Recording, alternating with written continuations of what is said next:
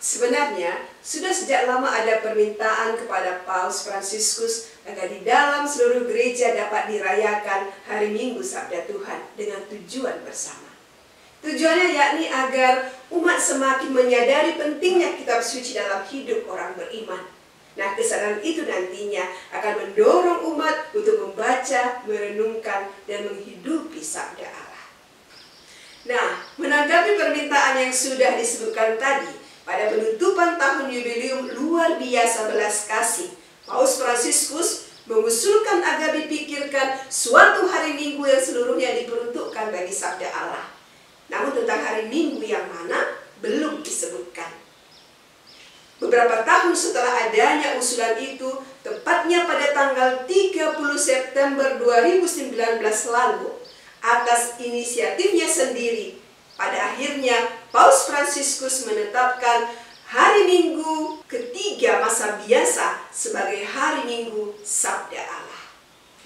Nah, penetapan ini dijelaskan dalam surat apostolik Aperut Ilis. Hari Minggu Sabda Allah mulai dirayakan tahun 2020 yang jatuh pada hari Minggu 26 Januari 2020. Nah, untuk tahun 2021 bisa kita lihat dalam penanggalan liturgi jatuh pada hari Minggu tanggal 24 Januari 2021.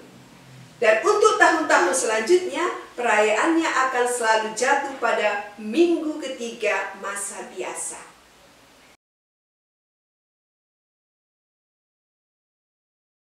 Ada dua alasan. Pertama, alasan ekumenis.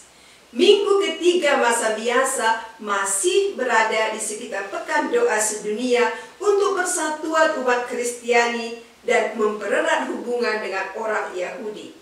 Dengan ini mau ditekankan bahwa kitab suci adalah jalan yang perlu diikuti untuk mencapai kesatuan yang otentik dan kokoh.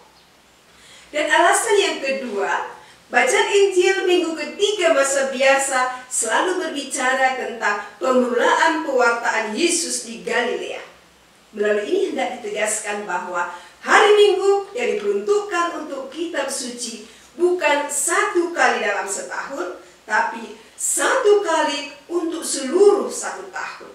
Dimulai dengan suatu permulaan yang masih harus dilanjutkan.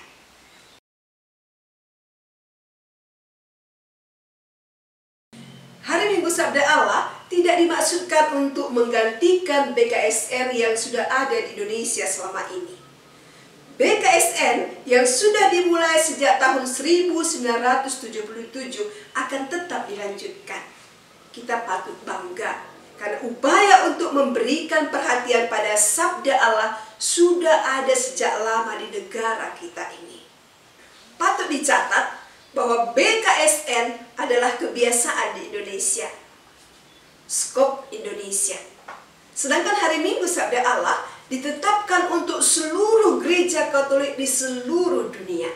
Itu artinya dalam satu tahun kalender liturgi di Indonesia ada dua perayaan yang dikhususkan untuk kitab suci, yakni hari Minggu Sabda Allah pada minggu ketiga masa biasa dan bulan kitab suci nasional pada bulan September.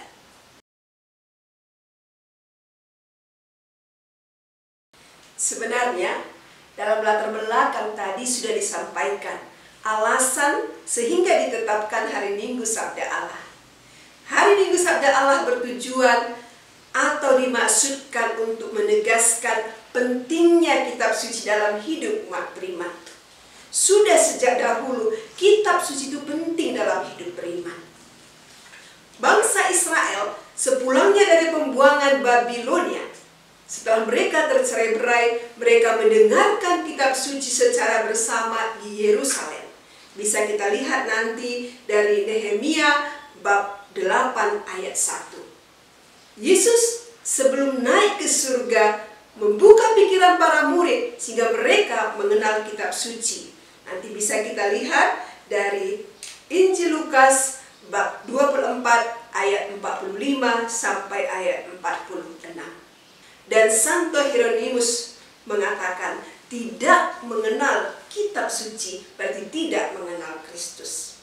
Semua ini mau menegaskan pentingnya kedudukan sabda Allah dalam hidup beriman. Penetapan hari Minggu sabda Allah kiranya semakin mendorong umat untuk lebih giat memaknai sabda Allah di dalam hidupnya.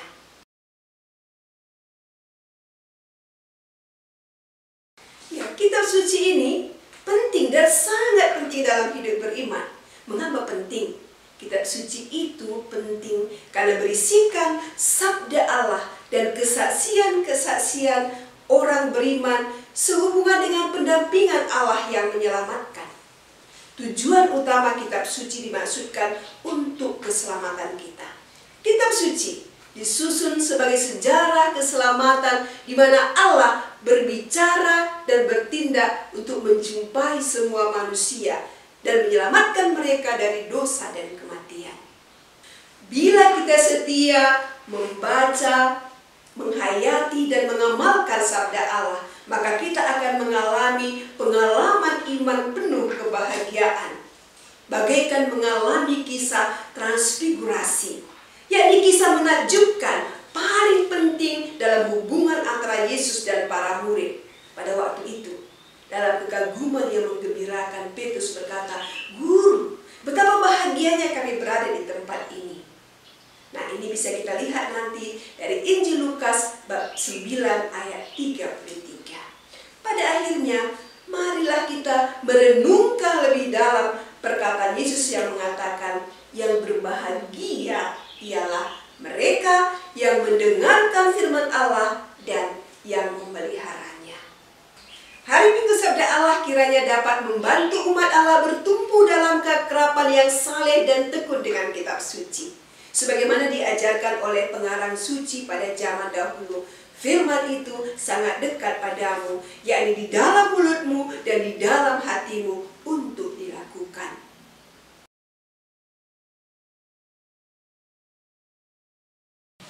Kitab suci ini dan sakramen-sakramen tidak bisa dipisahkan. Sakramen-sakramen diperkenalkan dan diterangi oleh sabda Allah. Hal itu bisa kita lihat dari adegan perjalanan murid ke Emmaus.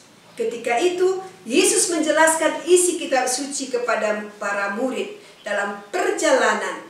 Dan perjalanan mereka berakhir dengan perjamuan malam. Tuhan berbicara kepada kita dalam kitab suci dan memberi kita makan dalam Ekaristi. Yesus tidak pernah berhenti membagikan sabda dan roti di dalam komunitas umat beriman. Untuk itu kita harus mempunyai semangat yang sama dalam membaca sabda Allah dan juga mengikuti Ekaristi.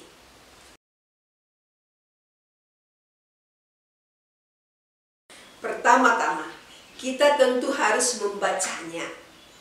Agar kita bisa memahaminya dengan baik, kita juga harus mempelajarinya. Di sini penting peran dari para gembala dan juga para katekis yang membantu umat untuk semakin dekat dengan kitab suci. Para gembala dan para katekis kiranya juga semakin menjalin keakraban terhadap kitab suci. Nah, selanjutnya, yang lebih penting lagi agar kita mampu memahami sabda yang menyelamatkan itu, yakni kita harus melibatkan Roh Kudus. Kitab suci yang ditulis dalam Roh Kudus harus dibaca dan ditafsirkan dalam terang roh yang sama itu juga. Roh Kudus menginspirasi manusia dalam menulis kitab suci. Roh Kudus membantu umat memahami isi kitab suci. Dan Roh Kudus juga menguatkan umat dalam mengamalkan pesan kitab suci. Tanpa karya Roh Kudus akan ada resiko bahwa kita tinggal terjebak dalam teks tertulis saja.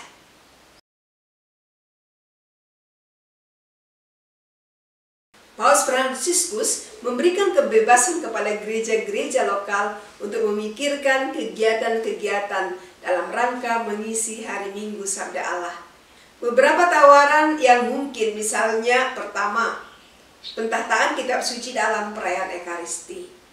Yang kedua, pelantikan lektor oleh uskup. Yang ketiga, pembinaan dan pelantikan para pelayan firman.